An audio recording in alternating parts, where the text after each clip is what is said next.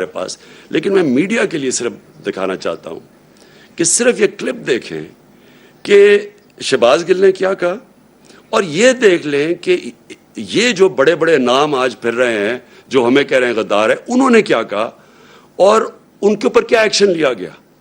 یعنی وہ انہوں نے کیا کہا، کیا ایکشن لیا گیا، اور جو ایکشن لیا گیا شہباز گل کے اوپر، یہ ذرا دیکھیں. قمر جاوید باجوہ صاحب، آپ نے ہماری اچھی بھلی چلتی حکومت کو رخصت کروایا، ججوں سے زور زبردستی سے فیصلے آپ نے لکھوا کہ ملک توڑنے والے فوجی جرنیل ان کی لاشوں کو پاکستان کے جھنڈوں میں لپیٹ کر ان کو دفنایا گیا. رکھو کراچی کے بہن بھائیوں، ایک یا دو افراد ادارہ نہیں ہوا کرتے، ایک یا دو افراد اداروں کی بدنامی کا باعث بنا کرتے ہیں، اور جب وہ ادارے کی آڑ لیتے ہیں تو اس میں پھر ادارے کے اوپر ناقابل تلافی نقصان ہوتا ہے.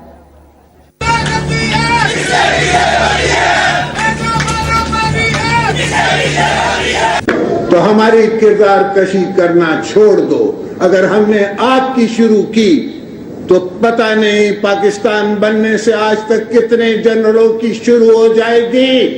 بیٹی بھائی وہ ایکیوزڈ ہیں، ان کی لسٹ لے کے جس طرح ہم نے پریس کانفرنس کی تو آپ کی اینٹ سے اینٹ بڑھ جائے گی.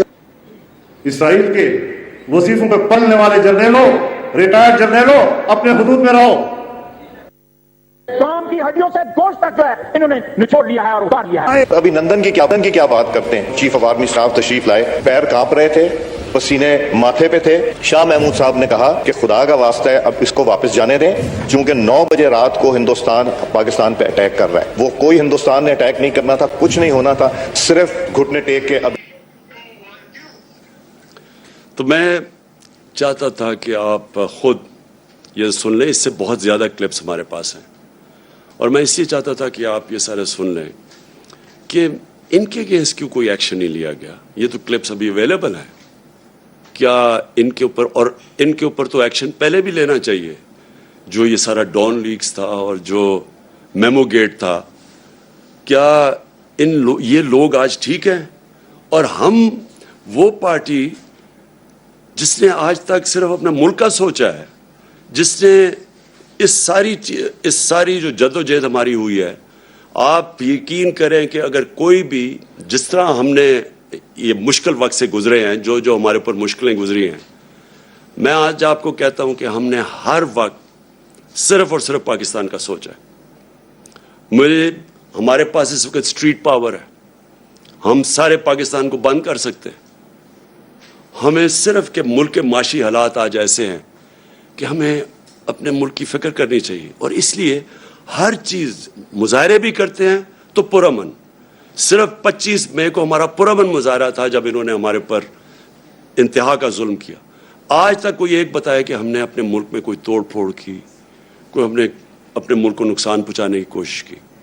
جبکہ یہ وہ لوگ ہیں جنہوں نے اور جو چیزیں چھوڑے، جو انہوں نے اس ملک کو لوٹ کے باہر پیسہ لے کے گئے ہیں. یہ کیسے محب وطن ہو گئے؟ تو میں آخر میں میں صرف یہ چاہتا ہوں کہ یہ جو کوششیں ہو رہی ہیں سازش کر کے ایک ملک کی سب سے بڑی جماعت کو توڑنے کی، ہمارے لوگوں کو توڑنے کی بھی کوشش کی جا رہی ہے، اور کہ الیکشن میں کسی طرح یہ اتنے کمزور ہو جائیں کہ جب یہ الیکشن ہو، اور الیکشن کی پلاننگ کر رہے ہیں کہ یہ اتنے کمزور ہو جائیں اور پھر نواز شریف آئے وہاں سے انگلینڈ سے، اور اس کے بعد کہیں کہ جی دیکھیں عمران خان کو بھی ڈسکوالیفائی ہو سکتا ہے اور وہ بھی ہو سکتا ہے، ہم دونوں کو ایک ملا دیں، اور اس کے بعد یہ پھر وہی اسی الیکشن کے ذریعے الیکشن کروائیں. یہ گیم ہے بیسکلی کہ کسی طرح ہمیں چھوٹا کر کے کٹ ٹو سائز کریں. میرا اگلا سوال یہ ہے، جو بھی یہ پلاننگ کر رہے ہیں، کیا یہ پاکستان کے لیے بہتر ہے؟ کیا پاکستان اس میں سے اس دلدل سے نکلائے گا؟ پاکستان کو تو اس وقت سب سے زیادہ ضرورت پولیٹیکل سٹیبلٹی کی ہے، کہ ایک تکڑی گورنمنٹ آئے، سٹیبل گورنمنٹ عوام کی پاور سے، جو پھر اس ملک کو اس دلدل سے نکال سکے. کیا اس میں یہ جو پلان بن رہا ہے، کیا اس میں پاکستان میں پولیٹیکل سٹیبلٹی آ جائے گی؟